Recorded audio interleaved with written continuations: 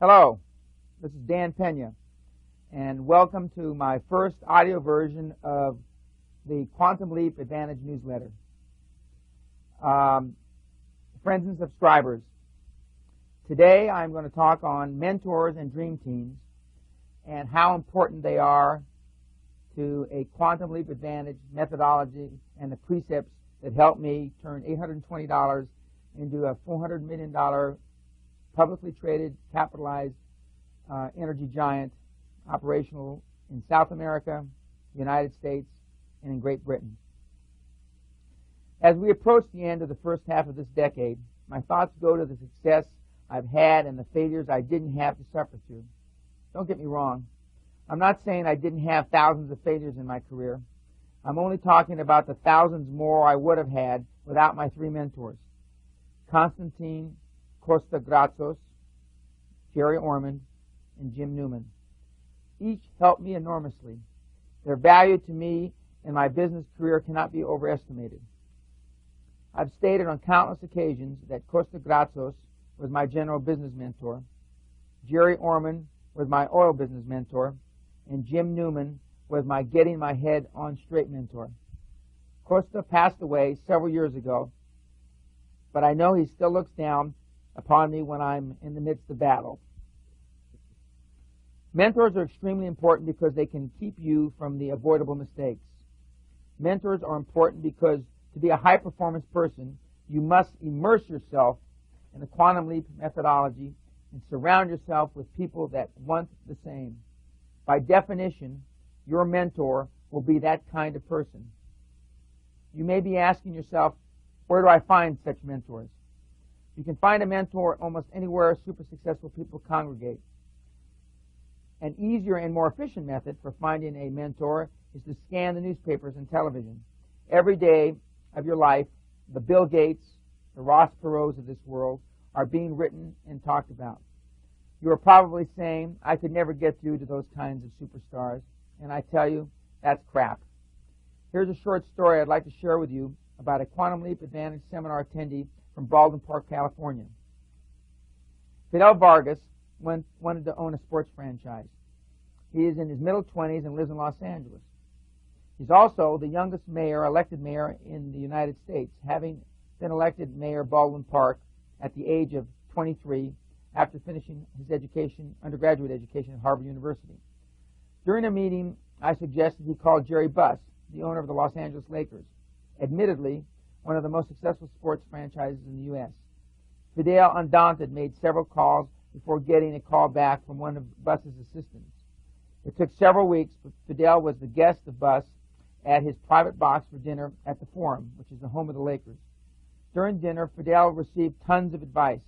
In addition to a wealth of knowledge, Buss told Fidel it was the first time in 25 years he had ever been called upon for advice. Get it? You heard it right. You heard me correctly. Nobody had ever called him. All Fidel had to do was pick up the phone. All it took was a little guts. Fidel called someone who had been there and done that. Buss is where Fidel wants to be someday. Fidel didn't ask his brother, his uncle, or his next-door neighbor. He called information or directory assistance and asked for the phone number of one of the most successful sports franchisees of all time. And when he got them on the phone, he asked to talk to the owner. Contrary to what you've been told, it's not that hard to locate and talk to these mega high-performance people. But instead of having faith in ourselves, we listen to the conventional wisdom, which you've already heard me write about, is almost always wrong, and we don't follow our heart. We succumb to the thousands of hours of wrong preconditioning. Now, I've related this short story about Fidel Vargas. I could relate other stories, but rather than relate other stories right now, I'm going to relate how I went about getting mentors and how and what are absolutely mandatory for you to get the right kind of mentor. I'm also going to briefly touch upon mastermind groups. Although I'm a proponent of Napoleon Hill, as many of you already know, I did not use the mastermind group network method to build my successes. I did use the mentoring, but I am going to list, in my opinion, the 7 absolutely mandatory things that have to happen to get a mastermind group to work. I'm also then going to talk, not in conclusion, but in conjunction with mastermind groups and mentoring about building your dream team. And by dream team, I mean not just your mentors, but your board of directors, your financial advisors, your legal advisors, the consultants you will use to build your company, your organization for the fulfillment of your dream. Now, I want to make a couple of general comments. Number one, I've never seen a part-time, high-performance person in 25 years of business. And number two, I've never seen a high-performance person that wasn't super enthusiastic. So a given or a foundation for completing your successful acquisition of mentors and dream teams has to be that, one, you're enthusiastic, and two, has to be that it's a full-time obsession with you. So those are the givens. And as Bob Richards, the Olympic decathlon gold medal winner from the 1948 and the 1952 Olympics, said, when there is greatness all around you, welcome it. It's easy to be great when you get around such people. And that's what the format or the basis of this whole tape is going to be. Okay, now let's talk about a mastermind group first. Again, although I didn't use it, Napoleon Hill is a great proponent of it, and this is what I've seen, the 7 most effective things that have to happen in my 25 years of experience where I've seen somebody make a mastermind group work. Number 1, the members of your group have to have different areas of expertise. By different areas, I mean I'm a lawyer, you're an accountant, you you sell used cars, everybody's doing something different. Number 2, you should have similar levels of experience. In other words, you're either all superstars or none. Not that you have one superstar and then you have all the rest as also rans. You want everybody's general level of expertise to be the same. Number 3, you have to have geographically desirable. For some of you that are young enough or that still date, you realize when you say that she or he is geographically undesirable, it means they live too far away to go out with, or it costs too much money for gas, at least when I was a kid, to go pick them up and see them. You want everybody in the same area. Recently, I attended a seminar on the East Coast where some young people were talking about they were having trouble keeping their mastermind group together. One lived in Philadelphia, one lived in Boston, one lived in the D.C. area, and they wondered why very few people attended their meetings. By definition, you have to be in the same geographic area so you can get together 2 or 3 hours a week or 4 or 5 hours a month or whatever the time commitment. And number 4 is a time commitment. In other words, the time commitment has to be similar. If Bob can only spend 6 hours a week, or excuse me, a month, or perhaps a week, and I can only spend 3 hours, and Doug can only spend 5 hours, we're not going to have everybody going in sync. Everybody's not going to be going down the same path. So the time commitments have to be designated and agreed upon for all members of a mastermind group. Number 5 on the list, and not necessarily number 5th because of the least importance, is no single solitary person can be a chairperson.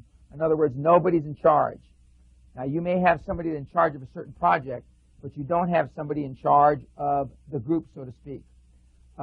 Everybody's equal. Everybody's input will be considered on an equal basis. Number 6, these individuals that you're going to ask to be on your mastermind group will have had to exhibit successful traits more than your contemporaries.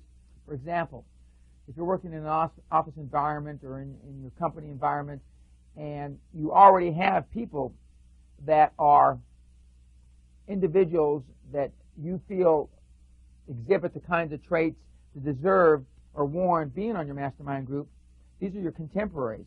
So if you're going to go outside your contemporaries, the people that you're going to pick from outside your contemporaries have to have more of the business acumen, more of the things that you're looking for a mastermind group. Otherwise, you might as well use the people you work with. And number 7, and this is where I've seen almost all mastermind groups fall apart in my experience, is that don't be embarrassed to leave when and if, or I should say if and when, the growth process stops. What happens invariably is they grow for the first few weeks or the first few months, and then it becomes a social outing. Your wives and your husbands become friends. It becomes like a coffee club, a book club, and the growth stops. And what happens almost every single time that I've seen is that you're embarrassed. You don't want to hurt the other person's feelings. You don't want to hurt the group's feelings. Your kids now play Little League together. It's hard for you to say, I can't go forward anymore because the growth process is stopped. So what happens is you stay there. You stop growing. The group becomes a social outing as opposed to a method to grow your dream, your career, your business. Now, those are the 7 things that have to be present for a mastermind group to work. Again, I didn't make them work. It was my experience that when I got into a mastermind group, the 2 or 3 times I tried it, it was like a human vacuum cleaner where my brains were being sucked out into the atmosphere. But you can make them work if you follow these 7 steps. Okay, we've got mastermind group out of the way, so to speak, and now I want to talk about mentoring. Now, I've already mentioned earlier in this tape that Costa Gatzos, Jim Newman, and Jerry Ormond were my mentors. 2 of those gentlemen are still alive. Jim Newman, who's semi-retired in Studio City, California. He's in the book. He is the founder of the PACE organization, which stands for Personal and Company Effectiveness. Jim's still a good friend. I had lunch with him, 2 or 3 weeks ago, and I still bounce ideas off of him. He was my mentor for getting my head screwed on straight. Now I'm going to talk about how I got him. Now, as some of you already realized, about 20 or so years ago, I decided that I wasn't where I wanted to be. In fact, I wasn't even a fraction, had not accomplished a fraction of what I wanted to accomplish by the time I was 40 or 50. So I started looking into seminars, seminar presenters, and I came across a gentleman named Dr. Dennis Waitley in The Psychology of Winning. I like what Dennis said, and I still like a lot of what he says, but I wanted to know where he learned his trade, so to speak. And he said that his mentor was a guy named Jim Newman, who I'd never heard of at the time. So I found out where Mr. Newman's offices were. I called him. I tried to schedule an appointment. He was very busy, but I found out when his first seminar was. His first seminar was a place called Palo Mesa, California, and I attended that seminar sometime in the spring of 1976, almost 20 years ago. This is November 1995 as I make this tape. And I went to see Jim, and I was very much taken back, or very much excited, I should say, with what he had to say, because what he really helped me determine in my own life was that my definition for success and my expectations weren't high enough. Even though I was successfully making a lot of money on Wall Street, it wasn't where I wanted to be. So I took the time, and from that point forward, and for the last almost 20 years, I have continued to see him, continue to call him, continue to buy him lunch, continue to go to his seminars, and continue to see him whenever I can. Now, one of the first things to remember when you're looking for these mentors is that mentors, we want to make it easy for them to want to do business with us. We want to make it easy for them to want to give us advice. You have to have something in common with your mentor other than just you sucking his brains. It may be golf, it may be tennis, it may be gourmet eating, it may be traveling, but it's got to be something different. And when you're doing these whatever activities that you choose with these various mentors, you want to make it easy. Guys like that are always picking up the check. So you want to pick up the check if you take them to lunch, you take them to breakfast, you take them to dinner. You want to make it as palatable as humanly possible for them to want to do business with you and to advise you. Jim Newman has always been there when I needed him, no matter what. Called him at the last minute, and you will find super successful people, for the most part, are that way. Not all of them, but most of them. Now, I met Costa Gatzos in a slightly different way. I was already had left Wall Street, and it was in the late 70s, and we were doing business with Onassis Shipping Lines. Costa Gatzos was the CEO of Onassis Shipping Lines after Aristotle Onassis passed away. He was the right-hand man for Aristotle Onassis for over 60 years, when Mr. Onassis passed away, Mr. Gatzos was named the executor, the head of the Christine Onassis Trust, which was Mr. Onassis' daughter. And I was at Olympic Towers doing business, and that's their office headquarters in Manhattan. And I had heard, the legendary tales about Mr. Gatzos, so I decided, since I was doing a small bit of business with Onassis Shipping Lines, that I would be introduced to Mr. Gatzos as a caveat for doing business. I was introduced to Mr. Gatzos. He liked me. I offered to, next time I was in town, to buy him lunch. He said, well, sure, as many successful people, sure, kid, give me a call when you're in town next. But I made it a point that every time that I was going east of the Mississippi, I went through New York City. Every time that I was anywhere, if I was going to go to Washington, D.C., I went to New York City. And I spent a lot of time, and ultimately, Mr. Gatzos took me under his wing. And actually, he and I became partners in business. And he introduced me to a lot of the world figures that I've met doing business with the Vatican, to name one, was through Mr. Gatzos. But he was a man that was, as Mr. Buss in my earlier example with the Lakers, he was a person that was ostensibly very tough to get through to. But I persevered. I did it in a professional way. Mr. Gatzos liked fine eating establishments, and so we used to spend time with lunch and dinner at places in Manhattan like the Grand Wee, 21, the Coq Basque, and at my expense, not at Mr. Gatzos' expense. And I benefited greatly. My third mentor, who's also still living, Jerry Orman, who lives here in Bel Air, California. He's retired. He's the chairman and co-founder of Orman Industries, which is a big conglomerate in the 60s and 70s. I met on a slightly different basis. We were trying to do business in the oil patch in West Texas, and we came across the Orman Industries, and I knew from reputation that he had been a very successful wildcatter back in the 40s and 50s, and I made it my business to call him up, go to visit him in Dallas, and spend time with him. And just as I went out of my way to go see Mr. Gatzos, I went out of my way to go see Mr. Orman. Mr. Orman and I are still good friends. His wife Dottie and my wife have spent a lot of time together. He was just recently at my 50th birthday at my home a few weeks ago. But all these individuals are accessible if you persevere, if you're polite, if you're professional, and if you give them a reason to want to see you again. Now, there are 4 characteristics that are mandatory, in my judgment, for picking a mentor.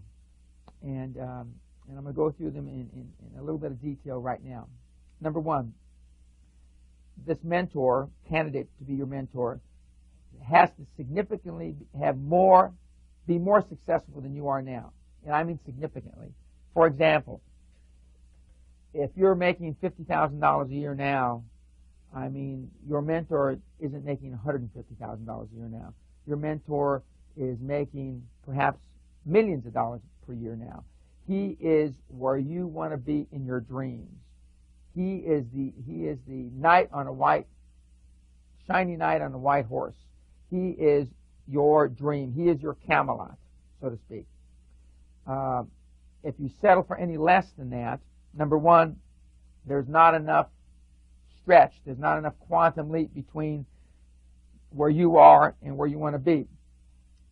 You will find these people, as I alluded to at the beginning of the tape, almost everywhere. The newspapers, TV, and radio. Number 2, this person, almost by definition, is senior to you, but the senior person you really like and respect. In other words, if you don't really like this guy or this gal, your mentor relationship won't last. You know, you want him to be vastly more experienced than you, but you also want accessibility is desirable. Now, Mr. Orman was accessible to me. Mr. Newman was accessible to me. Mr. Gatzos wasn't accessible to me. But normally speaking, you want accessibility. You want to be able to call him up and say, hey, what are you doing for lunch next Friday? How about golf a week from Tuesday? How about dinner? How about we have lunch or dinner with you and your wife? You want that kind of accessibility. It's desirable, but it's not absolutely mandatory, because in 2 of the 3 mentors that I had the accessibility, and the one with Mr. Glatz I didn't. Number 3 for points that you have to accomplish or had accomplished when picking a mentor is that the same field of endeavor is most desirable but not mandatory.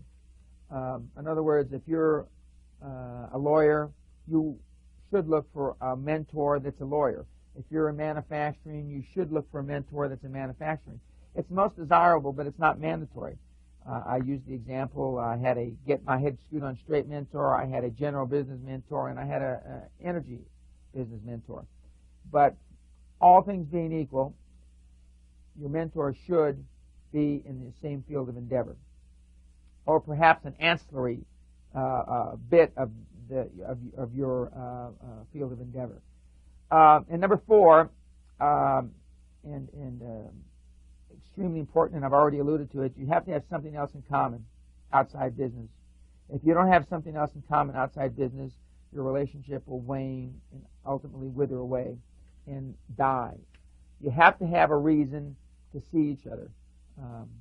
Over the years, fine dining and golf have been my 2 primary reasons for getting together. And for the people that I'm a mentor for, and we're going to talk a little bit about that later on the tape, I mean, the people that I mentor for are basically around golf, around eating, going out to eat, around things that are more relaxing for me. What you don't want to do with a mentor relationship is to make it a non-relaxing time. You don't want it to bring anxiety. You don't want it to bring any apprehension.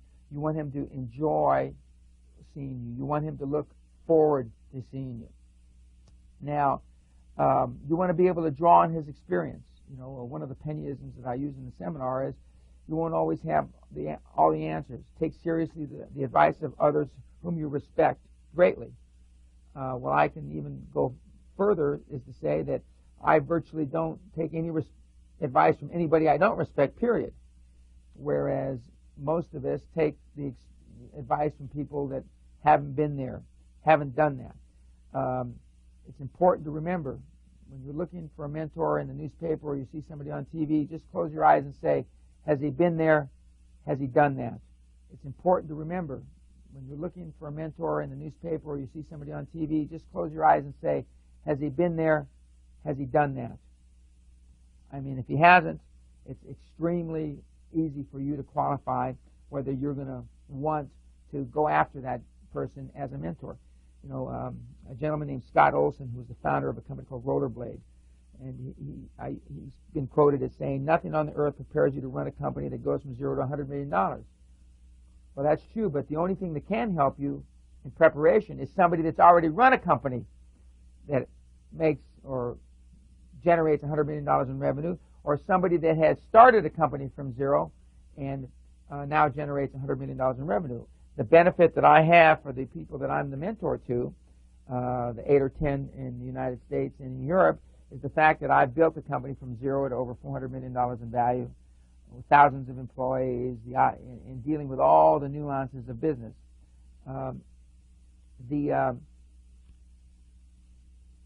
It's important to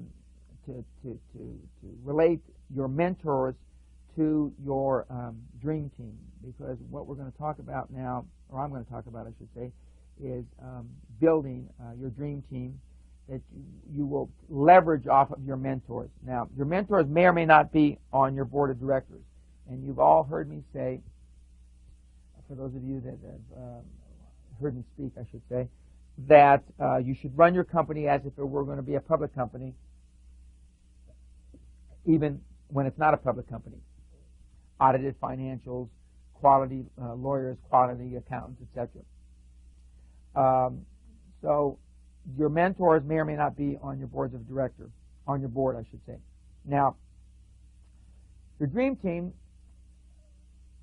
normally will start with your legal professional and your accounting professional.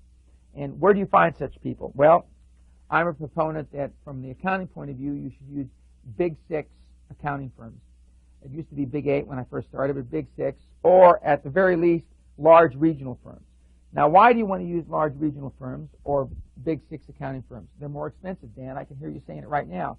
The difference between an audit from a small regional mom-and-pop CPA, you may be able to get an audit done for a small company for $5,000 or $8,000, and to have audited financial numbers from a Big 6, it's going to be $20,000, $30,000 minimum. So why do you want that? Well, first of all, you have instant credibility. You have the instant credibility. For example, I've used Coopers & Lybrand for almost 20 years.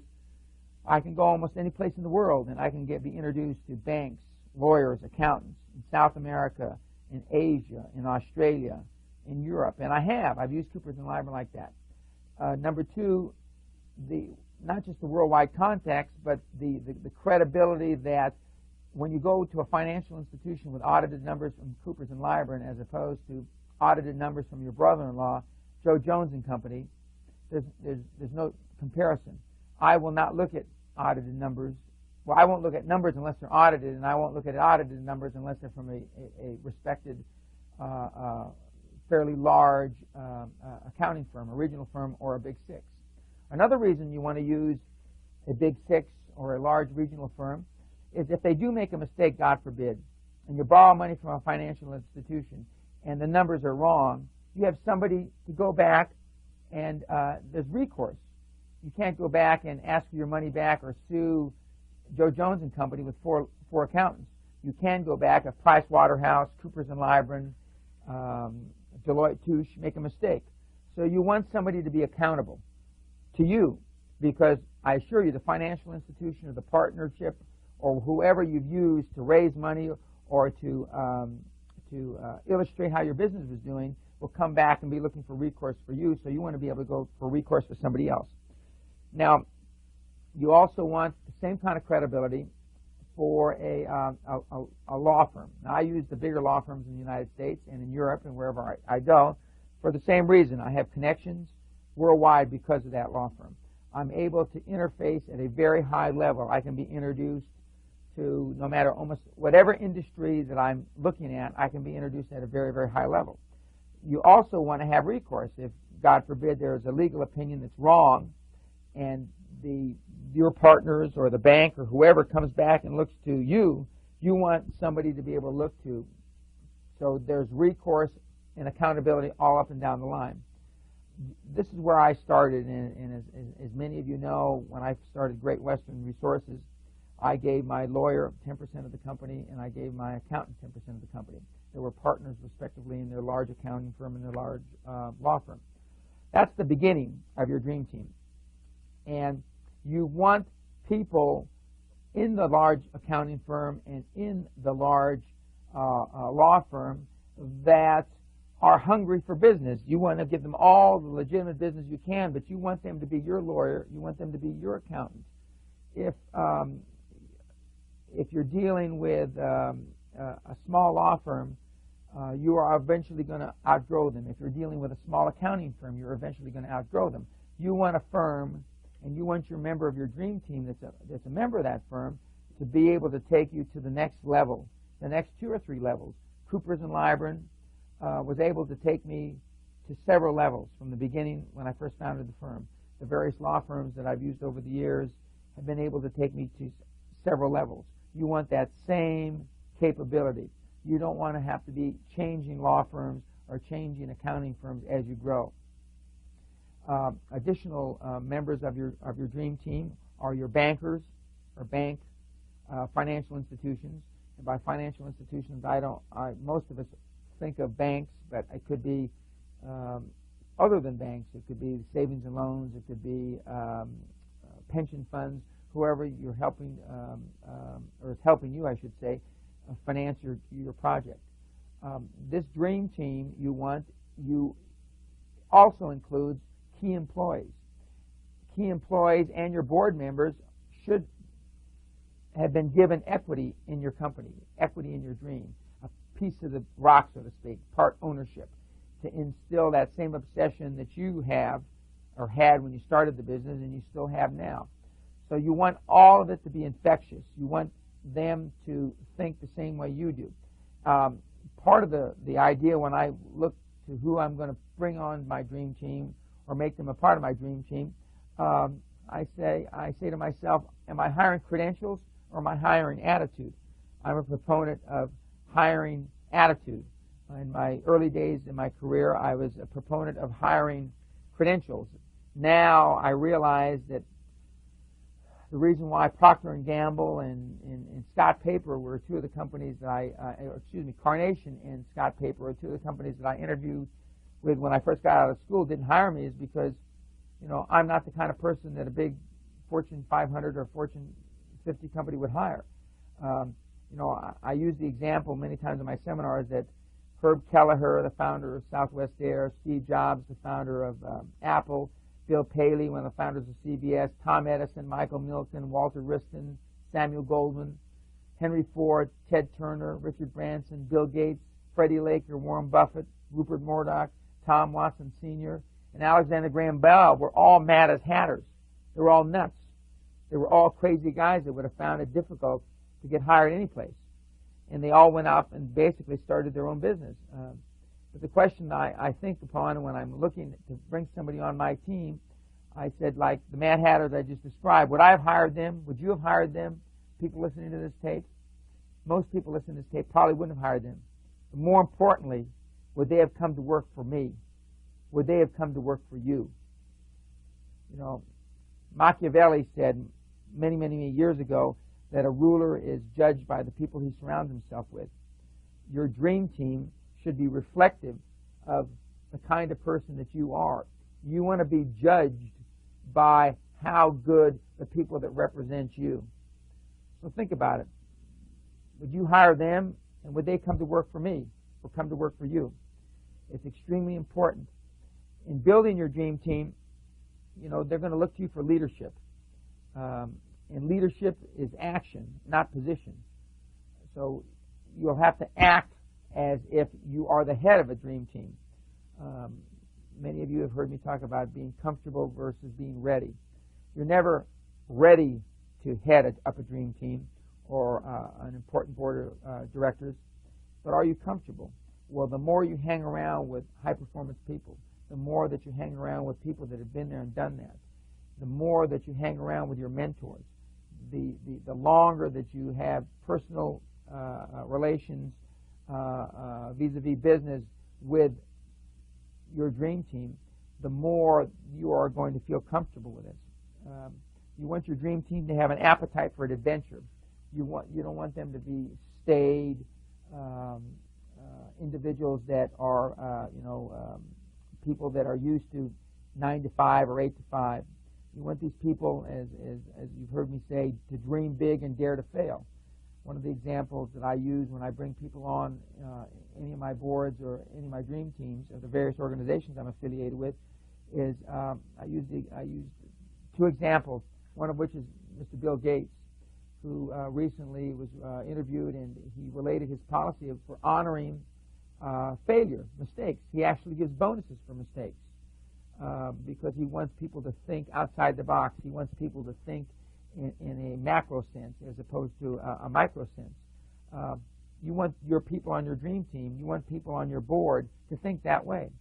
And the second example that I use in relationship to thinking outside the box as you want your dream team to is Ted Turner. A couple years ago I heard him, he was on the dais at the Harvard Club when I was, and I heard him say, my father left me two things when he died 30 plus years ago. One, he left me a couple $1 million, which is a great start, but he left me something made me much richer, and it was the idea that he said, Ted Sr. speaking to Ted Jr., he says, Ted, I want you to think in terms of setting goals that you cannot accomplish in your lifetime. Cannot, ladies and gentlemen. And that's the kind of thought process you want with your dream team. That's the kind of mental process that your mentors should leave you with. If that's not the kind of process that you're left with, then obviously you're not looking at the right mentors and you're not looking at the right kinds of people for your dream team. It's not difficult to create a dream team. It just isn't. It's easier than you think. It will become easier as you do it. remember that most great leaders began in the capacity of followers. They became great leaders because they were intelligent followers. Now, in closing, I want to give a couple of examples of people that have attended our seminars and that are in the process, as we speak, of building dream teams. And well, I happen to be their mentor, rightly or wrongly. Now, let me start with Bruce Whipple, who's a partner of mine. He's the CEO and founder of a company called Property Tax Consultants, Inc. It's based in New York. We have clients, Fortune 500 clients. We're in the auditing business. We audit utility bills, phone bills. In fact, one of our clients, ironically enough, is we audit the phone bills of AT&T. Bruce, in addition to myself, I'm his mentor. He asked me to be his mentor. He was persevering. At first I said no. And when I came on his board as chairman, then we set about building, or me assisting him in building his dream team. He next went to a gentleman that was a 38-year veteran from the board of directors of IBM, approached him with the idea of being on our board, approached him with the idea of being part of the dream team, gave him a small piece of the equity in the company, and he was, in a very professional way, said, as long as I feel I can contribute, I'd like to help. I think that I still have a benefit.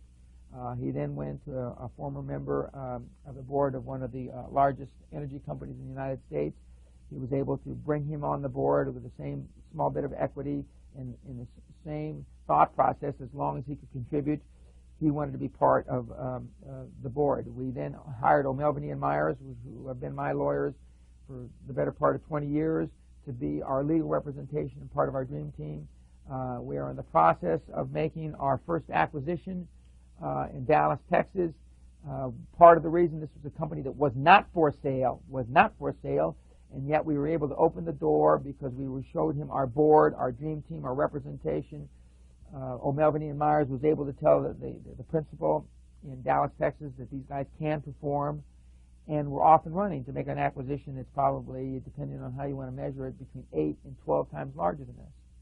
Now, this is a guy, Bruce Whipple, who didn't know what a dream team was 2 years ago, didn't understand all the ramifications of getting people like Coopers and Lybrand or O'Melveny and Myers to represent him. Another gentleman is Mr. Lenny Knock. He's also an alumni of a few of the great Quantum Leap seminars. He is a pilot for U.S. Air. He's in his early 40s. By the way, Mr. Whipple is also in his early 40s. These are young guys. Here's a man that is going to stop flying here in the not-too-distant future, that has put together a dream team of Coopers and Lybrand, top-notch investment banking firms, top-notch lawyers, and he doesn't even have a company yet. He has gone through the interviewing process. When you're looking for these accountants, when you're looking for these lawyers, you go through an interviewing process. You want to make appointments with a half a dozen accounting firms, a half a dozen law firms, a half a dozen engineering firms, depending on the endeavor that you're in. Lenny has put together a formidable dream team. In fact, I've said it in a public forum at least once. Lenny Knock is better prepared to build a large company than I was when I got started, and I started on Wall Street. He has done it right. He has put the dream team together first, and he's going to find the company second. Another gentleman that has done a remarkable job, considering his experience, his business acumen, and business-wise, I should say, is next to nothing, is a guy named Mike Roth, who's one of the better copywriters and marketing guys in the country, and that's how I met him. But he is in the process of putting together a dream team to make not just one corporate acquisition. He is trying to take over a niche market of a whole industry, and he has put together financing. He's put together a board. He's put together and interviewed venture capitalists, potential board members that have agreed to come on, making the phone calls just like Fidel Vargas did, going out and interviewing banks, going out and interviewing former presidents of large corporations in the Phoenix area where he lives, and actually getting it done. The dream team process, the mentor process, is really a lot less difficult than it sounds. The overcoming the fear of making the phone calls, and you've heard me say fear is false expectations appearing real, sometimes can be formidable. But once it's done, once the mindset is in place, it's really an easy task to find people to be your mentor, to find people to actually be part of your dream team. And when you sell this dream team idea, remember what I said at the beginning of the tape. I've never seen a high-performance person that didn't do it full-time, and I never saw a high-performance person that wasn't super enthusiastic. So if you get out there with enthusiasm and you sell these people on your passion, your dream for the future, and how everybody involved with the process is going to make a lot of money, you won't have any trouble. Until the next audio version of the Quantum Leap Advantage newsletter, good luck and good hunting into your Quantum Leap Advantage.